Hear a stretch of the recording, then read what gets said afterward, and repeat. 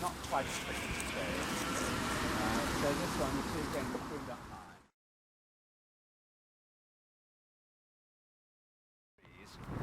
It actually should produce more crop than in an open monocrop field for various reasons. I think in this country it wasn't apparent this last summer, but in the summer normally the crops stop growing by very likely sort of middle of July or a bit earlier than that if we have very dry weather. And so water is the constraint. With the trees here, it actually stops the wind speed, reduces the evaporation loss, and I think that's actually quite important. And we noticed in a very dry summer where we had this field planted the day before the one next door, whilst we weren't able to actually measure the yield of the crop accurately because we don't have a fancy combine that tells us as we go, but just from the crop that we took off we think there was a higher yield here amongst the trees than there was in the open. Probably because of that reduction in evaporation loss. We've then got all the recycling of nutrient, and you can see there's a lot of leaf litter here. So that's bringing the nutrients up from down below, bringing them back onto the land.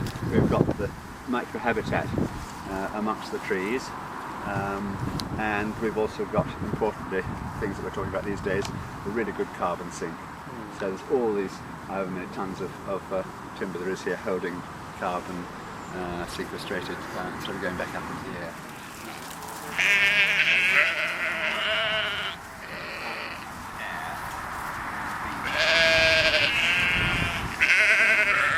If I cut through there, that angle, like that, just above there, then this material can grow over as quickly as it can. If I were to cut it any further in, I'm probably doubling the surface area that's exposed and actually cutting away the material that's going to do the healing.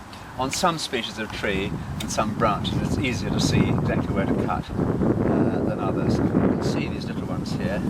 It's very obvious where one would cut, so it's literally a matter of always cut it at right angles to the tree. Don't cut like that because you then get it's not just as clean as it can be, so we want to take it off absolutely.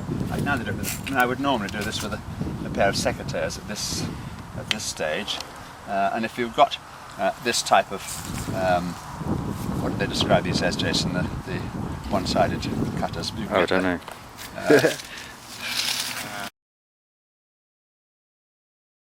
Can't remember what the right term is.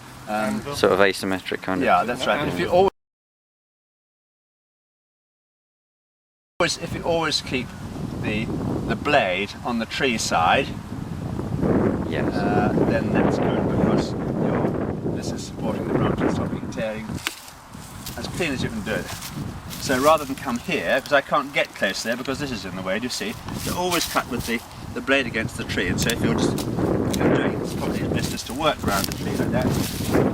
There's off nice and neatly. And all the time I'm leaving the minimum amount of area to heal, and this will grow over. And if we look at some of those that we've done around the edge in the past, you can see how it has grown over. And this is a tree that's never going to be any good now as a timber tree because it's been allowed to fork at an early age, and there will have been a centre shoot here, and for whatever reason this particular family of ash may be one that shoots its fresh growth a fraction earlier than others, and it's done so from the centre at this stage when it was 6 foot high, and it had a frost, which the other ones might not have been subject to because they weren't quite so far forward, and it's only left the side buds which have then developed, and right from that point you've got a crap tree. But this is just a nice example of a branch that... Why is it such a problem to have the fork then, just because of the shape? Well, if you're trying to have a saw log and you want a nice long plank clean, then clearly you can't get any more than that. So the intent is to... Like you say, that fork's always going to be at that height as well. That's right, yes, it's never going to move up now. So all we've got here is... in a commercial situation you probably wouldn't bother with this, it's never going to be any good. In another 15 years time or something, when they begin to impinge on the neighbours, probably chop it down for firewood. But so here, if I'm doing that, I would actually hold this branch. It's got no weight in it. Go absolutely square to that, And just when you're using these small saws, just don't do this, just do a nice gentle saw, and you don't need to push very hard. The more you push, the more they're likely to jam. They're just very, very good at cutting through, and they cut. So I'm trying to stop it now splitting back underneath, because you then tear the wood and spoil the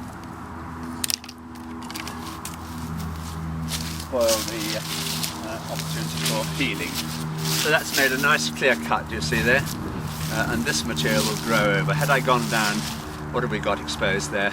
About a square inch, I would think. If I went down even another quarter inch, we're probably up to 1.5 inches exposed, and down to here would probably be 2 square inches. How long will that take to cover over that? Let's just have a look at some of these ones we did. An inch. The tree. So the tree's getting nutrient from the soil, but it's actually getting all its energy from the sun, and you've got to get a balance. And normally, foresters will recommend that you have about 1/3 of the height of the tree as crown. And so often you see small trees not looked after, and if you then start to prune them, and you'll see, if you just take a vision when you're doing some of these ones which we haven't cut at all, what proportion of the standing tree you're going to be removing. You may well find you lose a quarter, 1/3 of the tree in cutting off those first branches, because they've all been ones that have gone outside, but you're actually taking off They are weeds, actually. Root artichokes. Unfortunately, I think sorry. my globe artichokes, I think, didn't like this winter very much. They're not looking too good. Well, no, mine have died right down. Yeah. So these are roots. These are Jerusalem artichokes. Yeah. Catherine's. Yeah, it's really bad. Oh, I'll get some.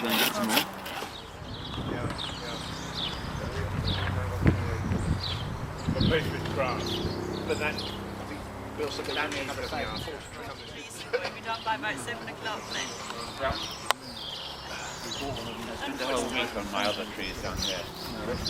Concrete front and a paver back and Yeah, garden and a nice and view. summer house and someone else